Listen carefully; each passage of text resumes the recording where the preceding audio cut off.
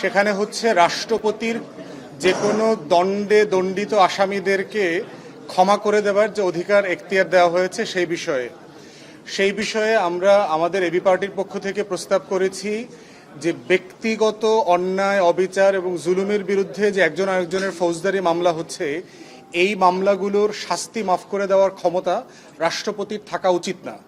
বরং যেটা হতে পারে, যদি বিচারিক প্রক্রিয়াতে কোনো অন্যায্যতা থেকে থাকে, যেটাকে আমরা মিসক্যারেজ অফ জাস্টিস বলছি, যে বিচারের নামে অবিচার হয়েছে, সেক্ষেত্রে রাষ্ট্র একটা সেপারেট কমিশন করতে পারে। এবং এক্ষেত্রে আমরা ইংল্যান্ডের এক্সাম্পল তুলে ধরেছি, ক্রিমিনাল কেসেস রিভিউ কমিশন, এবং আমাদের দলের পক্ষ থেকে আমরা এটা প্রস্তাব করেছি যে রাজনৈতিক 1,32,000-এর মতো মামলা হয়েছে গত 16 বছরে, সেগুলো কিভাবে নিষ্পত্তি হবে। আপনারা জানেন যে বর্তমান কাঠামোতে হোম সেক্রেটারি অথবা স্বরাষ্ট্র মন্ত্রণালয় এগুলো ক্ষমা করে দেয়, এগুলো মানে একটা বিচার বিশ্লেষণ করে তারাই মামলাগুলো বাতিল করে।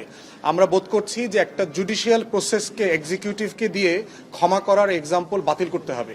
এটা একটা ইন্ডিপেন্ডেন্ট বডি করে দেওয়া দরকার, যারা এই মামলাগুলোকে বিবেচনা করবে, এবং ইংল্যান্ডের আদলে ক্রিমিনাল কেসেস রিভিউ কমিশন করে এটা সমাধান করা দরকার। তাহলে রাষ্ট্রপতির ক্ষমার বিধানটার সমাধান কি হবে? রাষ্ট্রপতির ক্ষমার বিধানটা হচ্ছে একটা স্টেট ক্রাফটের ব্যাপার। এক রাষ্ট্রের সাথে আর এক রাষ্ট্রের সম্পর্ক, দ্বিপাক্ষিক সম্পর্ক, জাতীয় নিরাপত্তা, যুদ্ধবন্দী বিনিময়, এই ধরনের অনেকগুলো বিষয় ঘটে। সেই বিষয়গুলোতে রাষ্ট্রীয় সম্পর্ককে ধরে রাখার জন্য স্টেট পার্ডন অথবা প্রেসিডেন্সিয়াল পার্ডন, রয়্যাল পার্ডন যে নামে বলি, সেইটা হচ্ছে রাষ্ট্রপতিকে এই ক্ষমতাটা অর্পণ করা দরকার। এবং সেক্ষেত্রে 49-কে অ্যামেন্ড করা দরকার। এবং আমরা প্রস্তাব করেছি যে কাঠামো কমিশন থেকে প্রস্তাব করা হয়েছে, তার বদলে 49-কে সংশোধন করে নতুন করে একটা বিধিমালা অথবা আইন তৈরি করা দরকার, যার মধ্য দিয়ে রাষ্ট্রের ক্ষমা করার এখতিয়ার এবং হচ্ছে ফৌজদারি মামলায় দণ্ডিত পক্ষদ্বয়ের ক্ষমা করার এখতিয়ারকে আলাদা করে ফেলতে হবে।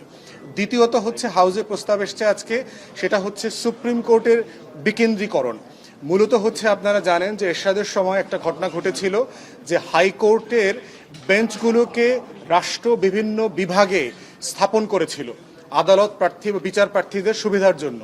পরবর্তীতে 8ম সংশোধনী মামলার মাধ্যমে এই প্রভিশনটাকে বাতিল করা হয়। মূলত বাংলাদেশের তথাকথিত একটা সিনিয়র আইনজীবী সিন্ডিকেট আছে, যারা ঢাকার বাইরে বিচার প্রার্থীদের সুবিধাকে বিবেচনা করতে নারাজ। তারা সব সুবিধাকে ঢাকা কেন্দ্রিক করতে চাচ্ছে। তো আমরাও বলেছি যে শুধু আর্টিকেল 100-এর বদলে যেটা প্রস্তাব করা হচ্ছে, প্রত্যেক বিভাগে করার যে প্রভিশন, এটার সাথে শুধু 100 অনুচ্ছেদ সংবিধানে 94 অনুচ্ছেদেও যেটা সুপ্রিম কোর্টের সংজ্ঞা দেয়া আছে, সেই সংজ্ঞাটাও বদলাতে হবে। তা না হলে হবে যে 100-র অধীনে যদি আমরা বিভিন্ন বিভাগে বেঞ্চ বসাই, সেটা 94 অনুচ্ছেদ দিয়ে চ্যালেঞ্জ করে আবার বাতিল করে দেওয়া হবে আগের মতো। 94 অনুচ্ছেদে কি বলা আছে? 94 অনুচ্ছেদে বলা আছে সংবিধানে সুপ্রিম কোর্টের সংজ্ঞা দেয়া আছে। সুপ্রিম কোর্টের সংজ্ঞায় বলা আছে সংবিধানে যে বাংলাদেশের একটা সুপ্রিম কোর্ট হাইকোর্ট ডিভিশন এবং অ্যাপেলেট ডিভিশন দ্বারা গঠিত হইবে, যাহার কেন্দ্র ঢাকায় থাকিবে। এখন প্রশ্ন হচ্ছে, দুইটা ভার্টিক্যাল রিলেশনশিপের একটার সাথে আর একটা ক্ষমতার সম্পর্কে দুইটা ডিভিশন মিলে একটা সুপ্রিম কোর্ট হইতে পারে না। সুপ্রিম কোর্ট হইতে হবে শুধু অ্যাপেলেট ডিভিশনকে, একটা ডিভিশনই হচ্ছে শুধুমাত্র সুপ্রিম কোর্ট। বাকি এই সংজ্ঞাটা পরিবর্তন করে হাইকোর্টকে শুধুমাত্র বিভাগে না, আমরা প্রস্তাব করেছি আরও অনেকগুলো বাস্তবতা মাথায় নিতে হবে। জনসংখ্যা, মামলার যে আপনার জট আছে বিভিন্ন জেলা ভিত্তিক, তারপরে হচ্ছে অর্থনৈতিক বাস্তবতা আছে। বিভিন্ন জেলা দেখবেন গুরুত্বে বিভাগের থেকে গুরুত্বপূর্ণ। আপনি চিন্তা করে দেখেন, যমুনার ওই পারে বগুড়ার গুরুত্ব কিন্তু ইকোনমিক্যালি চিন্তা করলে রাজশাহী বিভাগের থেকে গুরুত্বপূর্ণ। আপনি দেখবেন যশোর, খুলনার মধ্যেও থাকলে যশোরের অর্থনীতির গুরুত্বপূর্ণ অনেক বেশি। কক্সবাজার, চট্টগ্রামে থাকলেও তার বিভাগীয় গুরুত্ব অনেক ডিফারেন্ট। তো এই গুরুত্বপূর্ণ বিভাগ, অর্থনীতি, তারপরে মামলা জট এবং জনসংখ্যার ঘনত্ব সবকিছু মিলায়ে বিকেন্দ্রীকরণটা করতে হবে, যেন বিচার প্রার্থীর সর্বোচ্চ সুবিধা পায়।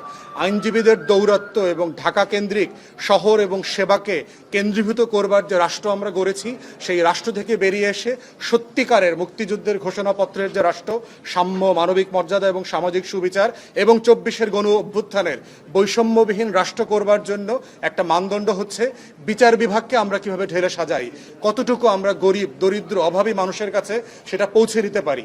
এই প্রস্তাবনা হচ্ছে আমরা বিকেন্দ্রীকরণের আলোচনা করেছি। বিকেন্দ্রীকরণ সম্পর্কে আরও কিছু কাঠামো প্রস্তাবনা লাঞ্চের পরে আলোচিত হবে, সেটা বিকেলে আপনাদেরকে আমরা ব্রিফ করব। সবাইকে ধন্যবাদ।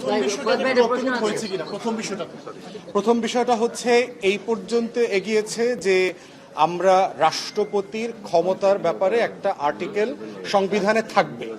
এখন সেই রাষ্ট্রপতির ক্ষমা করার মানে মাত্রাটা কত দূর হবে সেটা হচ্ছে সংবিধান এবং সংসদের কাছে আইন সাপেক্ষে রিভাইজ করবার জন্য প্রস্তাব করা হবে। এখন সেই মাত্রার ভিতরে কি আমরা যেটা প্রস্তাব করছি যে দুইটা আলাদা মাত্রা তৈরি করা দরকার, না এক জায়গা দিয়ে এটা করা হবে, সেটা হচ্ছে সংবিধান এবং পরবর্তী সংসদ এটা ডিল করবে। এতটুকুর ব্যাপারে একমত হয়েছে সবাই। 49 সংশোধনের জন্য যে প্রস্তাবনা করা হয়েছে আপনারা একমত?